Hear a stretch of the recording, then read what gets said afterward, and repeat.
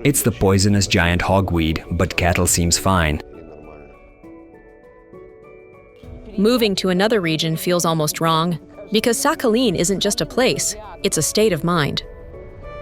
This one's original, made in Japan back in the 1940s.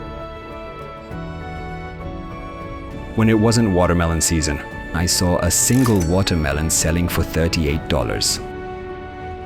We're not used to living well, so honestly, we enjoy everything here. Relaxing by an abandoned house. That's Sakhalin style.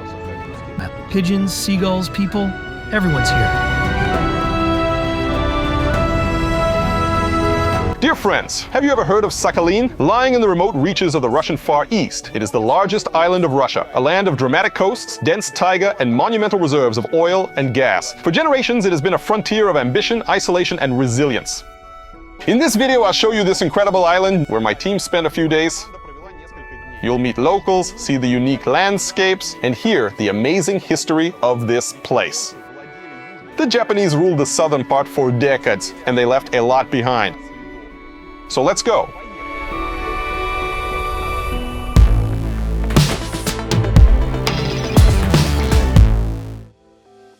For a long time, Japan showed almost no interest in the northern territories. Japanese and Russian sailors reached Sakhalin at roughly the same time in the 17th century, and at first neither country claimed the island entirely. In 1855, the Russian Empire and Japan signed the Treaty of Shimoda, declaring Sakhalin a shared territory. In 1869, Japan underwent a revolution. Power shifted from the shogun to Emperor Meiji. That same year, the island of Izo was renamed Hokkaido and it officially became part of Japan. A new treaty with Russia followed. Japan received the Kuril Islands, and Russia took full control of Sakhalin. In 1904, the Russo-Japanese War began, and Russia lost. Under a new agreement, Japan claimed the southern half of Sakhalin. In 1905, they established Karafuto Prefecture, the Japanese name for the island. Japan controlled this part of Sakhalin for 40 years. We'll start in Yuzhno-Sakhalinsk, the island's biggest city. Elena, a local guide who knows every hidden detail, will show us around. This was the military field gendarmerie, the famous Kempitai, which is the same organization that arrested Richard Sorge. Only that was the Tokyo branch, and this one was here in Karafuto. And take a look at the building itself.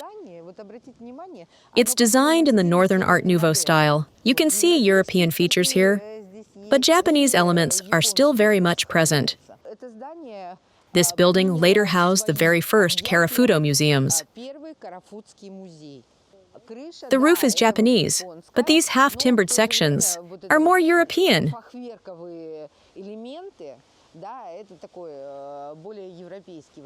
There's a lot of wood carving. The building is actually frame and infill, wooden lath plastered over.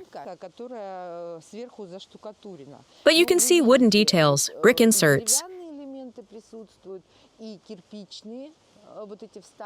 and plaster made to look like stone. Not many buildings like this survived, as the frame structures eventually decayed. From the outside, they looked solid and grand, but in reality, not so much. There's also another structure from the Karafuto era, still standing in Yuzhno-Sakhalinsk, the local history museum. And here it is, the building that's become our city's symbol. Although Chekhov saw Sakhalin as a kind of infernal land of human suffering, in reality, it's an island of wonders. A place where dreams came true. They say this building was funded by donations from local residents. Look at that concrete pavilion. That's original Karafuto reinforced concrete, practically indestructible. It's been slightly restored. So what was a school pavilion for when Japan began arming itself and restructuring its economy before 1905? It entered a period of military imperialism, the so-called Tennoism, which almost became a religion. These pavilions stood in front of most primary schools. Inside, they kept a portrait of the emperor and an imperial rescript on education. It's a unique piece of architecture. None of these structures survived in Japan. People often ask about the lions. Originally, they say they were boars, then Chinese guardian dogs, and finally lions. The female figure says, "Ah," and the male replies, meaning yes. Hence, the woman clearly leads.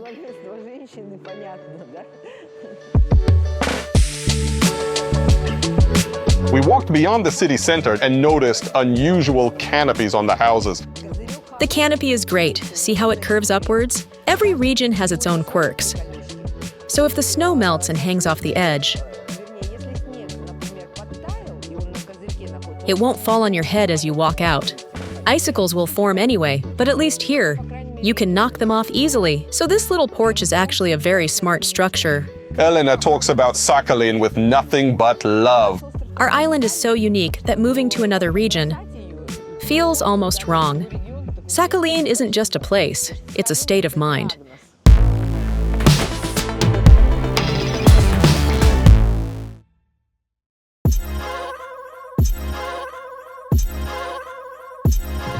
When the south of Sakhalin came under Japanese control, they began building railways there.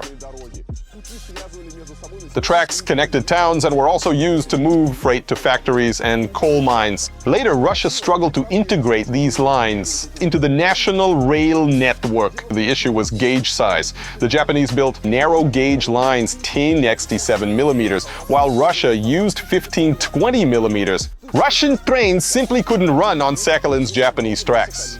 Or rather, they could, but the wheels had to be refitted for the narrower gauge.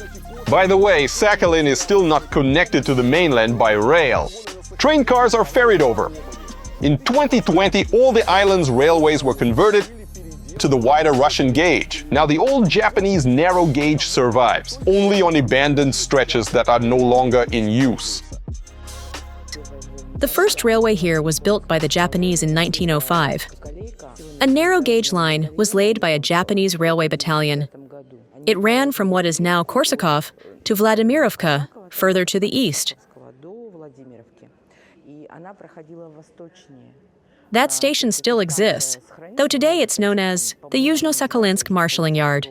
The beautiful white station building you see here was built for the visit of the heir to the throne, Prince Hirohito. He had just married Michiko, the first woman outside the aristocracy, to join the imperial family, and they were traveling through Japan's colonies on a kind of honeymoon tour. Sakhalin was one of their stops, and the station was built. In time for their arrival, there were 2 clock faces above the word station, showing local and Moscow time. People were always puzzled. Why Moscow? In Moscow, it was still today, but here it was tomorrow. The reason was simple. Local train tickets showed Moscow time, and passengers constantly got confused, trying to match it up. Eventually, the idea was scrapped, because really, why should we live by Moscow time out here?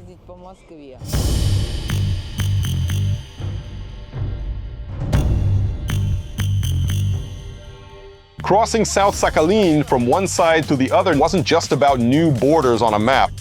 These changes affected people first of all, bringing mass renaming and deportation.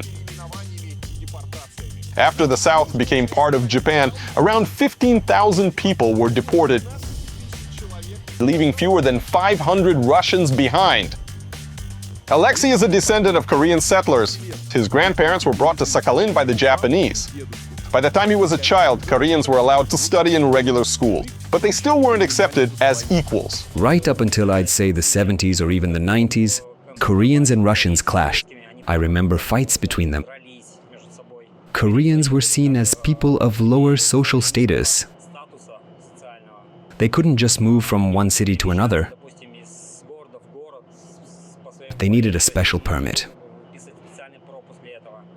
There were also separate schools created just for Koreans. They weren't allowed to study with everyone else, and the idea of a Korean holding any kind of management position. Back then, it was just unthinkable. Today, the descendants of Koreans make up about 20% of Sakhalin's population. And according to Alexei, attitudes have shifted dramatically in recent decades. After the fall of the USSR, during Perestroika, things started to become better. Russian and Korean cultures began to come together, even when I was still in school. We started making friends, Koreans with Russians, and the other way around. We'd visit each other's homes, learn about each other's culture and daily life. Our parents were skeptical. They still carried that old hostility.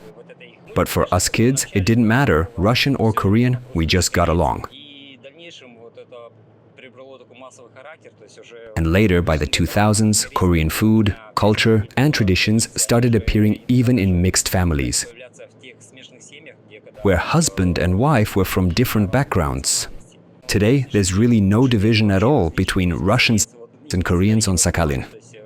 No one thinks that way anymore. You could even say a new identity has formed, the Sakhaliner. Someone who, whether Russian or Korean, loves Korean food, loves Russian food, respects traditions, celebrates both Russian holidays and Korean ones. Here, it's all become part of the same culture. This is a lesser-known chapter of Karafuto's history, one Japan doesn't often like to remember. From 1910 to 1945, Korea was a Japanese colony. And Koreans were used as cheap labor, including here in Sakhalin. When the southern part of the island became Soviet territory, the Japanese left in a hurry and took little care to evacuate the Korean workers. Around 25,000 Koreans remained here. In 2007, a memorial to them was unveiled in Korsakov. For a long time, it couldn't be put up. There were problems organizing the installation. As for my grandparents, yes, they went through everything you've heard described. Life was hard, very hard. Things were far from normal. Until the early 70s, Koreans only had residency status. Passports came later. I was born in 1978 in the USSR. I had a Soviet birth certificate. And I consider myself Russian in lifestyle, in mindset, in spirit. But Korean by origin, of course. But I don't divide people by nationality. To me, those borders are meaningless. You're either a decent person or you're not. That's all there is. Nationality plays no role. Everywhere, in every group, there are good people and bad people. When I was in school, Koreans and Russians were still in conflict. Most often, it was insults, name-calling. All Koreans were called kimchi chompers because we loved kimchi. But later, when our Russian friends tried kimchi themselves, you couldn't stop them eating it. Korean food is incredibly popular on Sakhalin today. You can find it almost anywhere. You've probably never tried this. We call it burdock and fernbrake. It's seaweed. This is hoe made from pollock. It's all traditional, Eastern cuisine. Where are you from? From Moscow. Ah, they have Eastern food in Moscow too, but not like ours. My sisters lived in Moscow for 40 years. But we're from here, so we stayed. So how do you feel about your town? Do you like it? I never wanted to leave. I've lived here all my life. I'm local. I love walking in the forest. I pick mushrooms myself, and I gather burdock and fernbrake shoots. Alexei also took us to a nearby store. Sakhalin's main fish is pink salmon.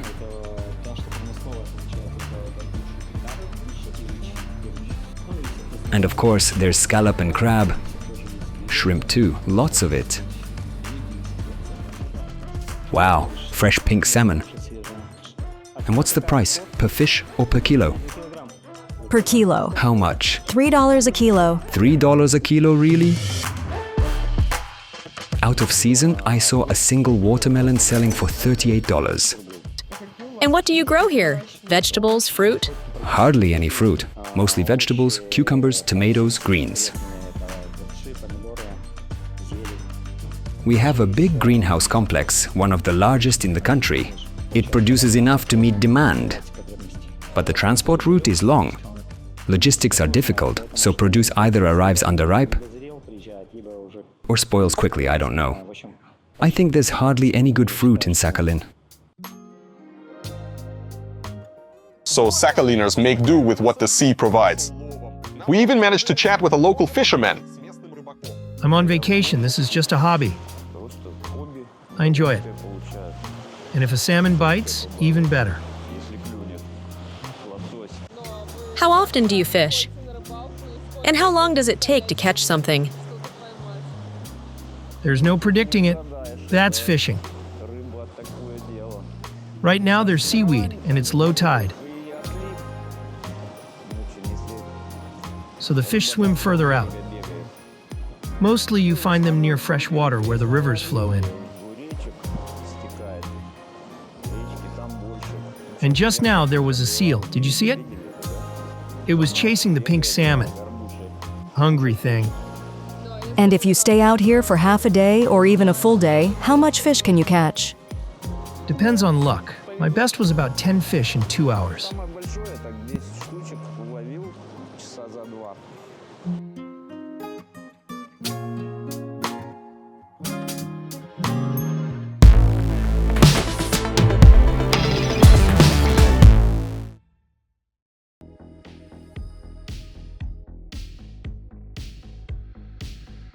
Korsakov is the southernmost city on Sakhalin. For several years, it was even the center of the Japanese governorship, and there's still a Japanese weather station here. The building was put up in 1930. In Soviet times, the station was partly rebuilt, and then recently they've updated some of the equipment. Now some data goes straight into the computer. But when it comes to the sea and visibility, they still prefer to check it the old-fashioned way. Tamara came to the station at 16. She has worked here for 55 years and still hasn't retired.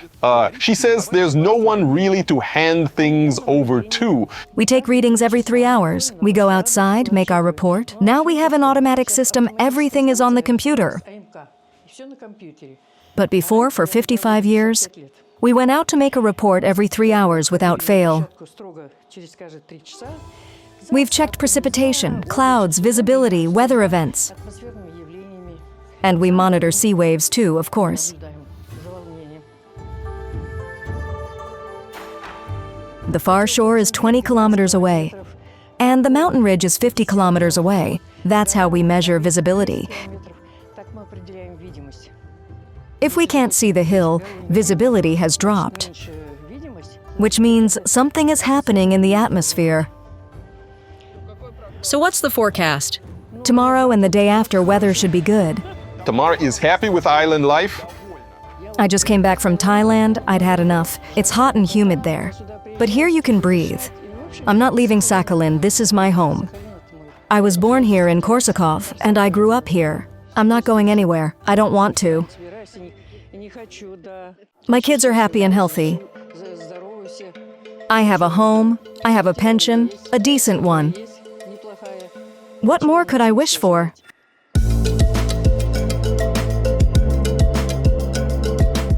When you're on Sakhalin, you can't help wanting to get as close to Japan as possible. Scary, isn't it?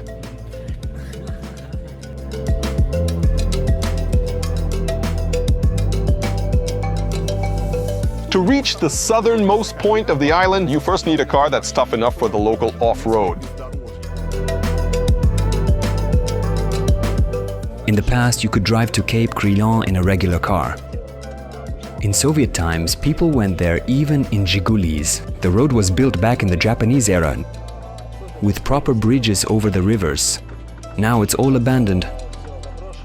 The bridges are gone and you have to drive along the sand for about 60 kilometers.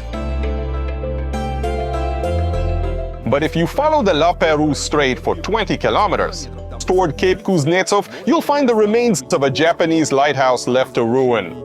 In 1981, the keepers were removed and the lighthouse switched to automatic mode. Soon after, the equipment was stripped out and stolen. Behind me is the Kuznetsov Pass lighthouse. This is the old lighthouse that is no longer working. It's unique because there's a tunnel linking the tower to the living quarters where the keepers stayed. Why? Because the winds here are brutal. In winter, it was hard to reach the lighthouse, even though it's just a few meters away. That over there was likely a storage room. The whole area was fenced off, there was a gate over there, and they even had a small garden. And down below, I call that rock the Sakhalin Sphinx. See? It has a head and paws. The sea has left other curiosities here too. These are the remains of the American ship Luga, launched in 1902. It served in the US Navy and had 3 decks. You can still find photos of it online where it's intact. The USSR later bought it and it served in Soviet coastal fleet. When it passed these shores, it ran aground. To stop it falling into Japanese hands, as the current here is strong, they decided to leave it here and evacuate it later. But, as often happens, that never happened. And this is all that's left. The lighthouse on the Cape has survived best of all. It was built in the late 19th century before these lands passed to Japan, but you can't get inside. It now stands within a military zone. Dogs. Won't they bite? Out here on the Cape, Japan feels closer than any trace of civilization on Sakhalin itself. Yeah, okay, I'll call you back. Don't be surprised, we get Japanese mobile signal here. A roaming connection straight from across the water. Even though it's 40 kilometers away, we're standing on Cape Crillon, the southernmost point of the island. On a clear day, you can see Hokkaido, Japan's largest island. This monument on Cape Crillon was set up for the 75th anniversary of victory in the Second World War at the southern edge of Sakhalin. The Japanese landing came ashore along this coast. Not exactly here, but across the southern part of the island. And in 1945, our troops drove them out, moving down from the north, pushing them all the way south.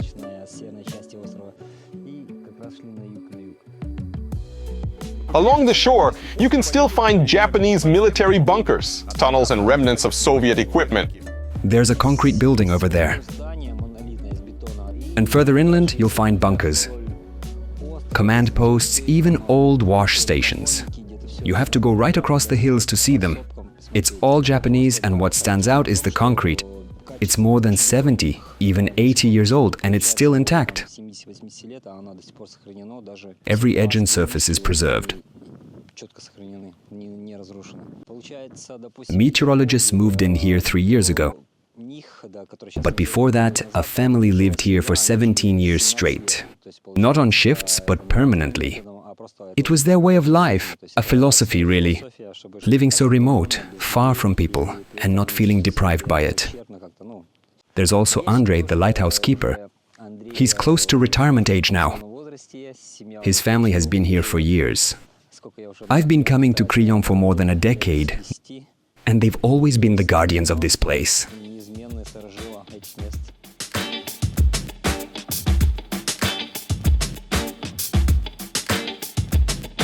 But now it's time to move on to explore more of Sakhalin. My guide was Evgeny, a true expert on the island. I was born and raised here. My parents were born and raised here. My grandparents arrived here to develop the island after the war. My grandfather on my father's side came from Belgorod, and my grandmother is from Primorsky Krai. Relatives from my mother's side are from what was then Leningrad. My parents were young researchers working to protect crops from pests. People came here to develop agriculture, but my grandfather spent more than 40 years in the coal mines and then oil, gas, marine resources. All of that began to develop after World War II, after the Japanese left in August 1945. And that's when everything really began here. Domestic tourism has boomed since the pandemic and recent military events, with so many countries being shut to Russians. Peak season is July, August, September. And October's good too. Before COVID, lots of foreigners came. Lots of Japanese visitors are drawn to the sites of their former shrines, schools, paper mills. The only thing is that there weren't many proper toilets. And when you tell Japanese tourists, To go into the bushes, they stare at you confused with their eyes wide open. People mostly come here for nature, to see taiga, see the landscapes. Some come to fish, and others just to see the stellar sea lions. Evgeny will be our guide along the island's west coast. And here's our first stop. We're heading to a Korean memorial. This is a modern monument. We're in the Kholmsk district, at a memorial to the Koreans who were killed here in August 1945. The Japanese killed them during their retreat that year. 27 Koreans were brutally murdered. The Korean community set up this memorial in 1996. It's dedicated to preserving the memory of their lost fellows. May the souls of the dead rest in peace, and may they pray for eternal harmony and friendship on earth. There were children among the victims as well. That's why there's a small plaster bear in beige on the right. Koreans bring flowers and soft toys here. It's their way of keeping the place alive. There's also another memorial to the events of 1945 near the town of Kholmsk. We're now at the Kholmsk Pass, once the site of fierce battles between Japanese and Soviet forces in August 1945. Under Stalin's orders, Soviet troops landed in Kholmsk. The operation lasted 3 to 4 days. Many Soviet soldiers and many Japanese died. The Japanese were pushed back inland. This is a mass grave honoring Soviet soldiers who died fighting Japanese militarists. Even 80 years after the Japanese left Sakhalin, reminders of Karafuto remain everywhere. Here at the Kholmsk Pass, hidden among bamboo, is a Japanese bunker. A soldier once sat inside with a rifle, firing at Soviet paratroopers advancing from the sea and from Kholmsk. This whole ridge was a defensive line. You can still see the gun port. There used to be many bunkers here, there, and there. But the taiga has swallowed most of them. We cleared a trail to this one. This one's original, made in Japan back in the 1940s.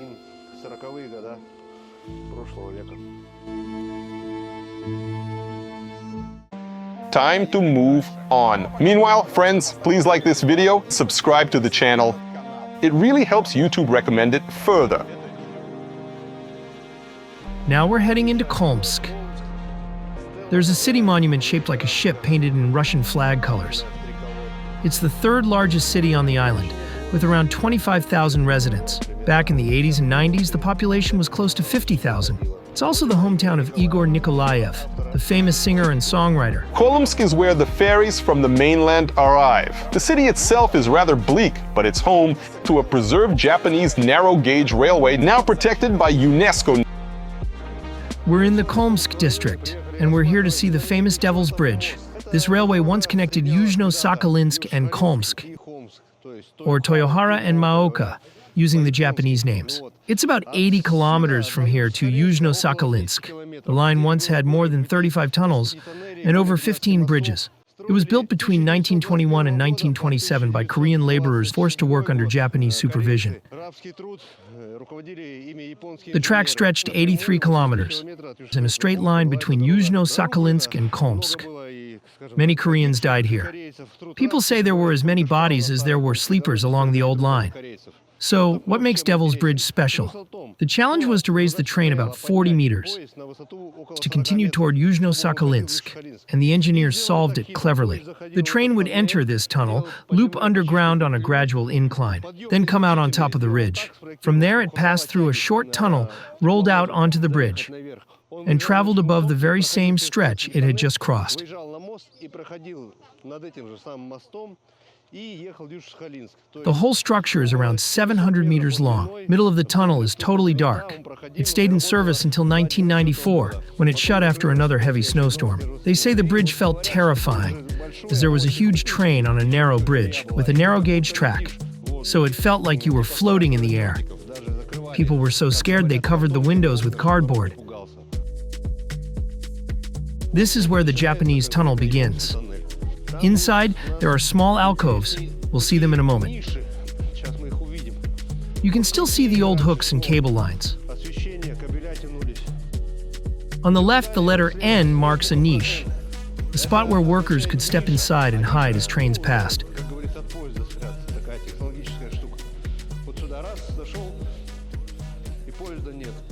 You walk and walk, barely noticing the tunnel climbing upward. And it slowly bends right, and right, and right again, so subtly you don't feel it. We continue north and the sights remain as unusual as ever. We're now in the village of Yablochnoye, standing in front of a well-known abandoned building from the 1950s, designed in Stalinist Empire style. It has been many things over the years. Originally, it housed a research institute for the local fishing industry. Later, it also held archives, a dormitory, a kindergarten called Grass, and even a cinema. In the 90s, they played movies on Japanese VHS players. Until 2016, one wing served as the Yablochnoye Clinic, despite the sign saying Yablochnaya. In 2016, the clinic closed, replaced by the paramedic midwife station we're standing next to now. Step onto a balcony here, cup of tea in hand, and this huge abandoned building dominates the view. Some windows face the sea, others stare straight at the ruins. On the right is the fishing vessel Ascania, a freezer trawler. It ran aground in 1993 when a storm pulled it from its anchor, and it's been lying here ever since. It's a whole mix of abandoned buildings, stranded ships, and cemetery plots. And just beside them, there's a new medical center, built for the people who still call this village home. What's surprising is that even in these bleak surroundings, you still meet people who are perfectly content with life. Do you like living in Sakhalin? I was brought here when I was 7 months old. So I've been on Sakhalin for 75 years now. This is my home. Do you love the island? Of course I do. What do you like most? We never lived in luxury, so we like everything about it. People were much kinder back when Sakhalin was closed off. Whenever guests came, we practically hugged them at the door. Civilization was far away. Folks were warm, no one locked their doors, nothing like that. But once the island opened up, especially in the rough 90s, things changed. People are still good now, just not the same. In the late 19th century, Anton Chekhov visited the island. He spent several months here, keeping a travel diary and gathering statistics, and later published a book called Sakhalin Island. People always cherished him here. An entire city was named in his honor. Although today it's no longer a city, just a village. This is what remains of the many factories that once operated here.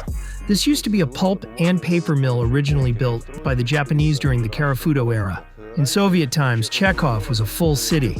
Around 800 people worked here. The factory was the backbone of the town. Then in 1996, it was officially shut down. But in reality, the place was simply looted. And this is what we're left with. You can still see the original Japanese brickwork. The abandoned site stands here like a monument. Locals relax on the shore nearby, resting beside a ruin, very Sakhalin style. Pigeons, seagulls, people, all together. Evgenia agreed to talk to us. She's unhappy with how things turned out. Well, I won't go into great detail, but things here are bad. Living here is almost impossible. You see the situation yourselves. Still, we're grateful for nature. In the summer, we have a lake up in the hills where you can see what's left of our former town, now just a village. We've probably got about 2,000 people left here. Back then I was very young, so I don't remember the exact population, but there was even a housing shortage. People lived in rail cars along the tracks. A lot came here to earn money. Now, there's basically no work. We have a kindergarten, a clinic, some shops and small businesses. And the school, well, they closed it. The building is over 60 years old, and the foundation has separated from the walls. I still have a job here. I work as a teacher at the kindergarten. I'll stay until a certain point. Then, of course, I'll leave. Here on Sakhalin, children sometimes have nowhere to study, let alone have fun. Still, some villages do what they can. For example, in the village of Kluchi, near Yuzhno-Sakhalinsk, we were welcomed by the lively head of the local community center. After Sakhalin, thank God, became part of the Soviet Union in 1945, a village was founded here and named Kluchi. That's because there's a river nearby with natural springs. And Kluchi in Russian means springs. The village started filling up in 1947 with people from Western Russia. Some came through state recruitment programs, some on Komsomol assignments, and others just looking for a new life. Back in Soviet times, this was a so-called millionaire state farm. They grew vegetables here, and there was a large dairy farm. We have a community center, the only one around, and the library is over there. Right now, the population of Kluchi is about 870 people, give or take. Many plots have been allocated to large families, so there are lots of children here. Overall, life here is good. You can see it yourself. Everything's green, we plant flowers, keep things tidy. And how's life here? People have a decent life. I honestly haven't heard anyone complain about living badly here. But locals themselves don't all agree. Anastasia has 3 children. She admits there is infrastructure on the island, but it's far from perfect. There are a lot of kids here. And honestly, they have nowhere to go. There's just one children's club, and yes, that's good. It's a big plus for the village. But the downside is that in summer, kids have nothing to do. And in winter, it's the same. Residents also point to another problem on Sakhalin. Its name is hogweed. And you don't even have to get out of the car to see it. The bull is eating hogweed. It's the poisonous giant hogweed, but cattle seems fine. It's fine for the bull as he won't get bitter milk. He doesn't give milk anyway, but cows can't eat it. It seems the Sakhalin climate suits wild greenery just fine. Watermelons may be rare here, but berries are everywhere. This is the variety my team found at the market in the village of Baikovo. Here we have strawberries and blueberries. These are all grown by local residents. Everything ripes in August. Strawberries in August, blueberries in August. These are wild berries, and we go out to sell them whenever we can or want to. Is that once a week or more, like once a month? It really depends. It's not always up to us. It depends on the catch. I dream of living at a beach resort. Sakhalin isn't really a beach resort. Do you think Sakhalin could ever become one? Well, there's a reason they pay extra bonuses and regional coefficients here. It's not a resort. But I'm always content. Like Larisa Guzieva once said, I've always been happy with what I have. And I've always loved what I have. That's how I live too. The settlement itself dates back to the 1930s. It started as a mining town. The mine is long since closed, and today the only way to get to Bykov is by bus. Still, people here don't lose heart. Irina is 73 and she absolutely loves this village. I run a health group, Therapeutic Exercise. In the summer, we do Nordic walking. We go to the spring every day. The water is fresh. There's real spring water. There's a beautiful river, and up there, a wonderful forest. For pensioners, it's perfect. For kids and for seniors, it's great. The only problem, of course, is there's no work. But otherwise, it's wonderful. It's very peaceful here. Even when it's windy, this place feels like an oasis. Green hills all around are hiding us from the cold. Down here, it's rarely cold. The weather is usually good. And in winter, the views are incredible, especially along this road. The forest looks like something out of a fairy tale. Life isn't easy for pensioners on Sakhalin, even if they don't show it. Yuri is 68. He lives in the village of Vizmorye and agreed to show us his household. You see over there, that's the boiler, and I get water from a well. And there's the shower. The pump pulls the water. That's it. We're getting everything back in order now. A father, his daughter, and 4 kids came to stay here. They vacationed with us and left happy. We salted some fish with them, even salted a bit of caviar. Is it always this rainy here? No, yesterday it was sunny. Some summers are just rainy all the time. And cold too. One year we only caught 40 tons of fish, all because of bad weather. We wore padded jackets all summer then. Yuri is a professional fisherman. He's retired now and fishes using licensed nets. In the past, he worked under contract with a fishing company. I worked as a fisherman for about 6 years here. I was already retired and still fishing. We were out at sea almost every day. As soon as the season opened, we set the nets and went to work. So how much fish can you catch in a day? Depends on the year. Some years, only 40 tons for the whole season. Other years, it's 700, 800 tons. On average, maybe 20 or 30 tons a day. And how much do they pay for that? How does it work? You sign a contract. Back then, during preparation, we were paid about $315 a month.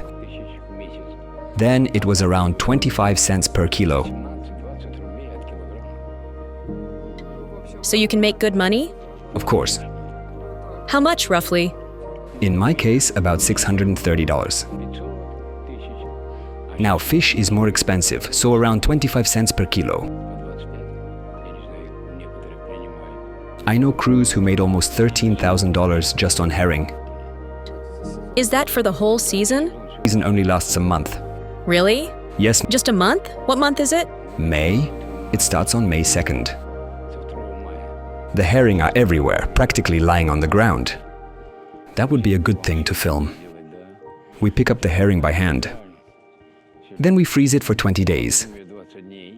And after that we salt it. So overall, is it enough to live on?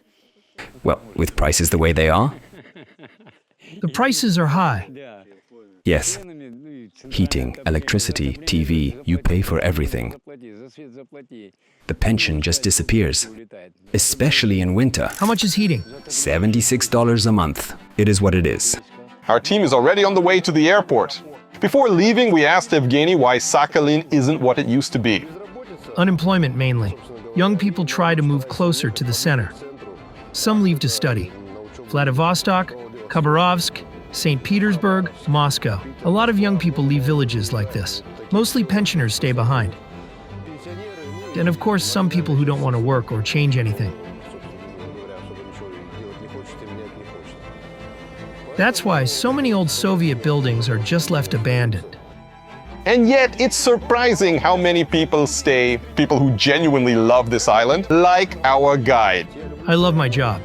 People change, nature changes, but I don't feel burned out. People ask that sometimes. I know I'm exactly where I belong. Sure, I could go on vacation somewhere, but working outdoors, not sitting in an office. I couldn't be a security guard or a manager behind a desk. I love my job. Being alone with nature, with people, showing them this place, making them happy. That's my job. I feel completely at home. And honestly, I'm happy I was born here, on Sakhalin, surrounded by this kind of nature. The sea, the taiga, mushrooms, berries, fishing, hunting, everything is close. The world itself is complicated. Wars, arguments, they never really stop. They fade in one place and flare up in another. So all you can do is try to be honest with yourself.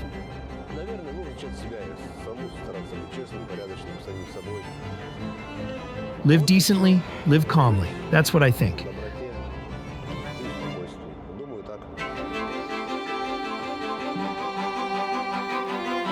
Friends, tell us in the comments what you think about Sakhalin after watching this video. Who strikes you out of the people we've spoken to? And would you like to visit this island yourself? I'll keep bringing you new stories. See you soon.